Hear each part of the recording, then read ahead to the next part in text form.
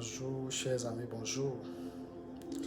Ce matin, après mes deux premières vidéos, j'ai décidé de venir vous dire, partager un peu avec vous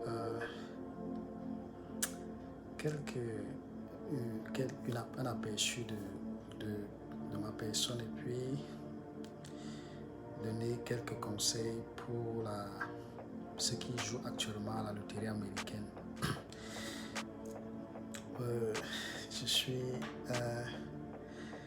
un récipiendaire de la loterie américaine 2014. J'ai joué en 2014 et puis les résultats qui sont sortis en 2015, mai 2015, c'est là où j'ai été retenu, présélectionné à la loterie américaine.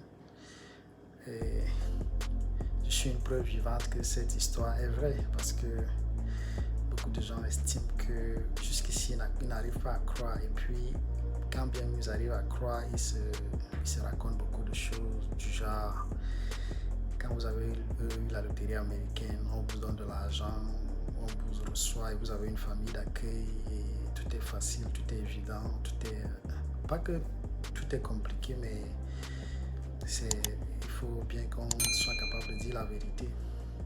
Mais comme nous avons un long voyage ensemble, nous reviendrons jour après jour et puis à base des questions que vous allez souvent poser, nous répondrons à ces questions-là. Mais aujourd'hui, j'ai été retenu à la loterie en 2015 et puis je suis aux États-Unis depuis début 2016.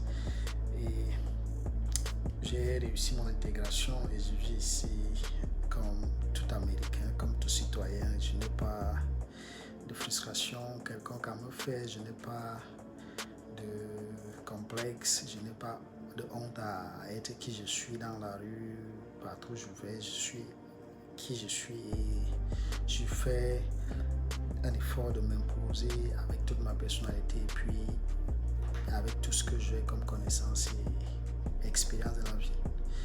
Donc, ceci étant, la loterie américaine, j'aimerais dire, c'est une réalité. C'est une réalité qui est basée justement sur le jeu. Et on y va, on n'investit pas dans ça, on joue et puis on enlève les yeux là-dessus. Et un jour, par la grâce de Dieu, on est retenu. Et voilà pourquoi il est important que,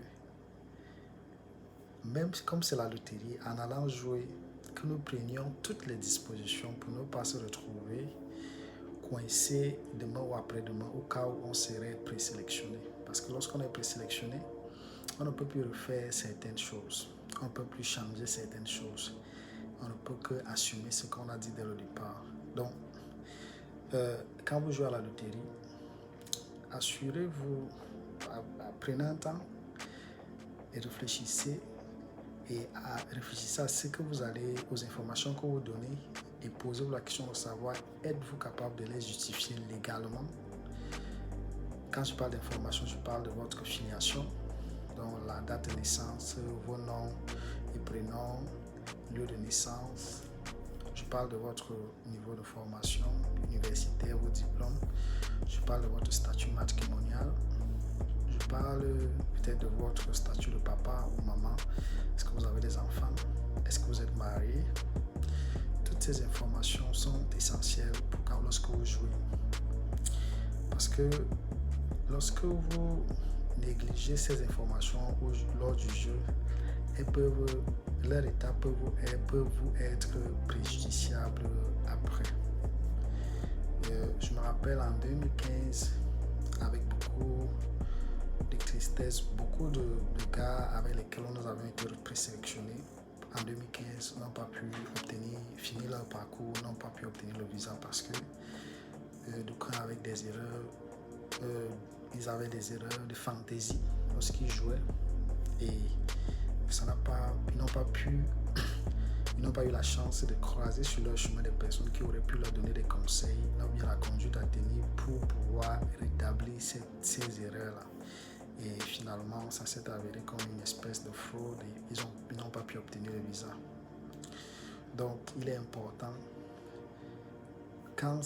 même comme c'est un jeu, de mettre un peu de soi dans ça, de s'investir un temps soit peu lorsqu'on on se prépare à jouer. Et je rends grâce à Dieu parce que au fur et à mesure que le temps passe, les conditions que le département d'État impose obligent d'une certaine manière les, les, les, les intéressés à pouvoir se ranger soi-même. C'est le cas des demi-photos et c'est le cas aussi pour le passeport et le reste nous revient. Donc, je tire encore la sonnette d'alarme pour ceux qui ont encore quelques jours devant nous jusqu'au 5 novembre de bien réfléchir aux informations qu'ils donnent, de bien faire attention à cela et de laisser tout entre les mains de Dieu. Parce que je reste convaincu que la loterie américaine, comme toute chose sur Terre, est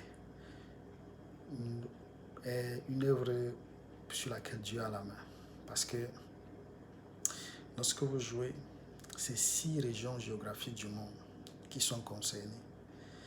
C'est des centaines de millions de personnes qui sont intéressées. Et c'est un ordinateur qui présélectionne automatiquement, sans l'intervention de la main humaine.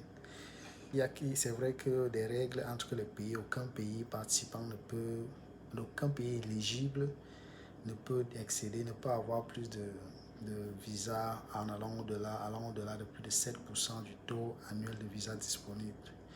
Donc c'est ce concept pratique là que je voulais partager avec vous. C'est pas de la magie, c'est pas de la sorcellerie, c'est simplement une histoire de procédure. Et si vous avez la chance d'avoir le visa demain et que vous venez ici aux États-Unis, vous allez vous rendre compte que vous serez obligé à prendre un certain rythme de vie qui, pas qu'on ne fait pas le faux ici parce que c'est un monde parfait, mais il y a une certaine discipline dans la procédure dont vous allez devoir adopter pour pouvoir vivre ici. Donc c'est peut-être que ça aussi on commence à nous préparer dès le départ. Donc, conseil, organisez-vous, préparez-vous, assurez-vous que vous réunissez les conditions, assurez-vous que vous mettez les bonnes informations et ne perdez pas de vue les dates à savoir les dates de publication des résultats et les dates auxquelles on joue. D'ailleurs, nous ferons le devoir de veiller au grain, de régulièrement vous rappeler les différents calendriers et vous dire ce qu'il y a à faire, quelles sont les étapes suivantes que vous devriez suivre. Donc, modestement, c'est un peu la principale information qu'on avait à partager avec vous maintenant.